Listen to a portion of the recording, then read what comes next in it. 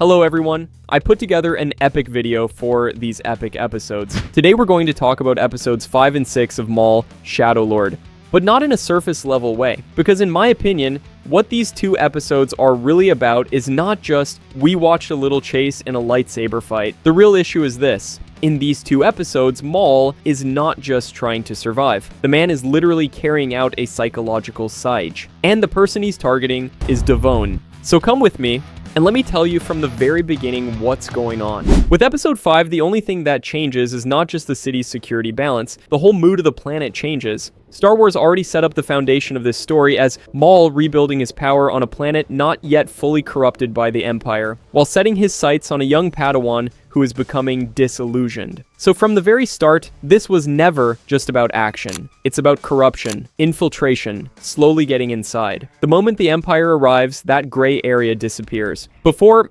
everyone was somehow living in between the lines. The police had found their own balance, smugglers had figured out a way to survive, the Jedi had stayed hidden, and crime syndicates had fed off the cracks in the system. But the arrival of the Empire starts closing those spaces one by one. Either you obey, or you get crushed. That's why I don't see episode 5 as some kind of in-between episode. On the contrary, this episode works through pressure, not action. There are troopers in the streets, troopers in traffic, and if they could, there'd probably be stormtroopers in the bathroom too, so the Empire is showing its presence from every angle. And I think that's really valuable, because for the first time here, the Empire is not portrayed like some big evil in the background, but as a regime whose breath you can feel right on the back of your neck. Diodaki understands that from the very first second. He's a Jedi who survived Order 66. He knows what a force like this can do. That's why he wants to escape before full isolation begins. But Devone doesn't agree. Her mind is still on Maul, because Maul had already planted a question in her head before, run or live, and throughout these two episodes, that question keeps growing. I think this is exactly where Devone starts to break, because now she isn't just afraid anymore, she's questioning things too. Her master is teaching her how to survive, but Maul is promising her power. Her master says hide, and Maul says turn back and fight. Now, do you know what the most dangerous thing is for a young Padawan here? It's the moment power starts looking more practical than morality. That's exactly why Maul's gaze on Devone is so clear. He doesn't see potential in her, he sees a crack. That's already how Sith logic works. Trauma, anger, loss, loneliness, all of those things are fuel for the dark side. When Ar.Ta says he tried to kill you, Maul's response, that's exactly why she would make a good apprentice, is not there for nothing. Because Maul isn't looking at whether Devone is a good person or not. He's looking at how close she is to breaking. Then there's the Captain Lawson and Two Boots side of things, and I think that part needs to be read correctly too. Lawson gets angry at Two Boots and looks at it like, don't you understand what's happening? But my friend, what you're dealing with is not a person. It's a police droid. If the Empire still appears in its system as the legitimate order, then for it, there is no such thing as a moral alarm. And that is such a great detail. Because the Empire doesn't just make people work in its favor, it makes systems work in its favor too.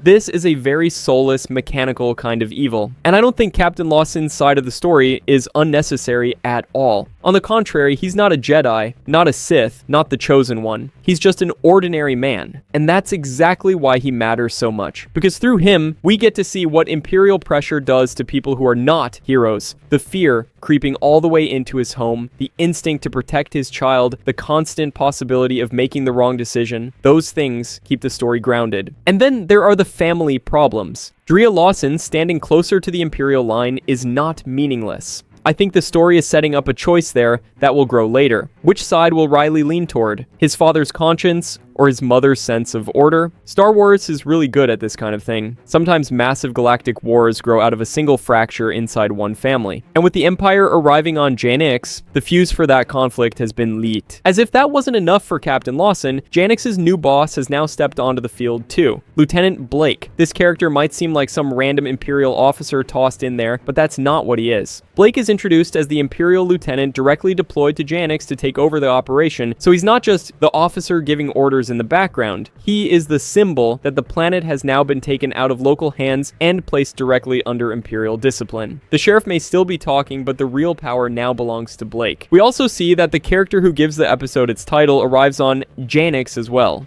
Marrok. And this is where the tone of the episode changes completely, because a normal soldier brings threat, an Inquisitor removes hope. Marrok, known as the First Brother, is someone we first saw in the Ahsoka series. He is one of the Inquisitors under Darth Vader's command, tasked with hunting down Jedi who escaped Order 66 for the Empire. So what we're seeing here is the arrival of a professional hunter directly linked to Vader's chain of command. And Marrok's presence in the episode is written exactly that way. He walks slowly, speaks little, observes, gathers clues. The fact that Marrok sometimes moves like a ghost, slow and heavy, and then suddenly becomes explosively fast is not a coincidence. The man walks into a room and the temperature drops. What kind of aura is this, brother? Our hunter is so good at his job that when he goes to the place where Maul fought, he doesn't just say, looks like somebody fought here. He reads the scene and realizes there was more than one Force user there. So he picks up not just Maul's scent, but the scent of 2 Jedi as well. And from that moment on, we understand even better why the pressure on the planet starts multiplying. Because the hunt is expanding, and that actually works in Maul's favor. As the Empire closes in on Diodaki and Devone, Devone's trust in her master gets pushed even harder. Escape routes narrow, options run out, and her master keeps saying, hide. Maul, on the other hand, keeps whispering the exact opposite. That's why Devone's inner conflict is not just ideological, it also lands somewhere very practical. If we're always running, is this really the right path? I think one of the clearest moments showing this in episode 6 is when Devone talks to Riley and doesn't even bother trying to hide her lightsaber. That may seem like a tiny detail, but it isn't, because her instinct to stay hidden is weakening. She's tired of hiding. She doesn't want to cover her power anymore.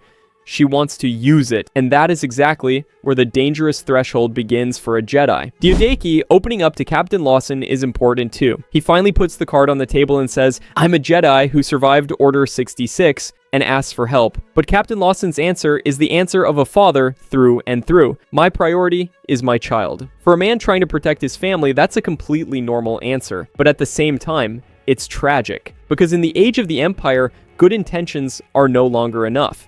Everyone gets cornered. Just like the moment in that same conversation when we sense Marrok's presence at the door, that's when the show suddenly says, okay, the hiding game is over. Now it's time to fight. The fight scene carries that old Clone Wars energy. You missed it too, didn't you? But the real beauty of the fight is in the idea behind the choreography, because Marrok isn't just attacking, he's forcing this truth onto Devone and Diodaki. You are not invisible anymore. No matter how much you run, I will find you. Gave you chills, didn't it?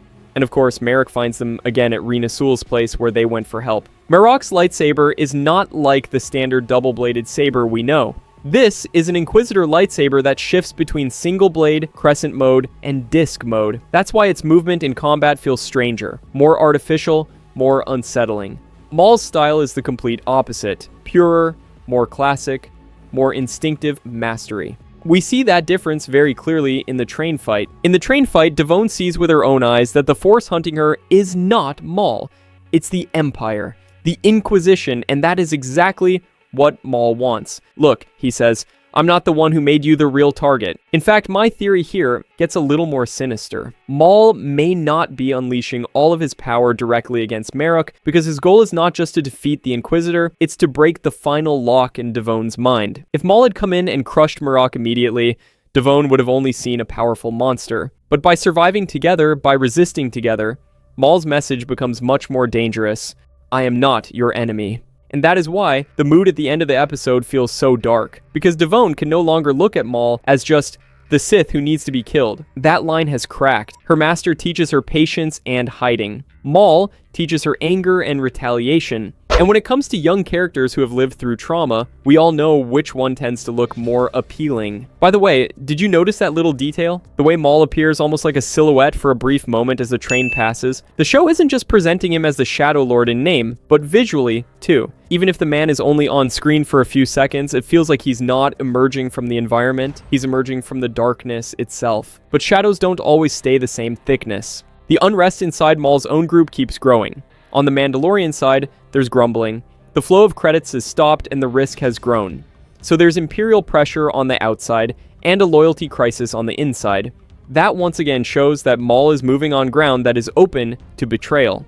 That's already been his whole life. He was used by the Sith and thrown aside, and when Maul weakened, the order he built for himself betrayed him too. Maybe being the Shadowlord requires betrayal. What do you think a hunter does when he loses his prey? He calls in more hunters to get it back, right? That's exactly what Marrok does in this episode. After being defeated by Maul and Devone, Marrok reports the situation, but to whom?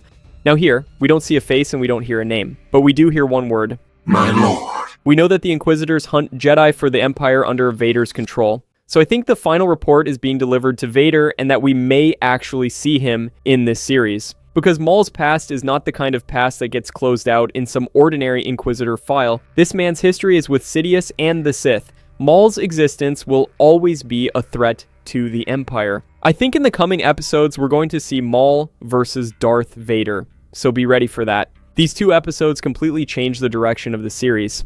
As the Devone-Maul relationship expands, Diodaki faded more into the background. And as we also know from Ahsoka, Marrok is now our main hunter. It took them way too long to give fans a series this good. I just hope Star Wars can bring this same success back to the movies too. I hope you liked the video I prepared. Don't forget to leave your thoughts in the comments.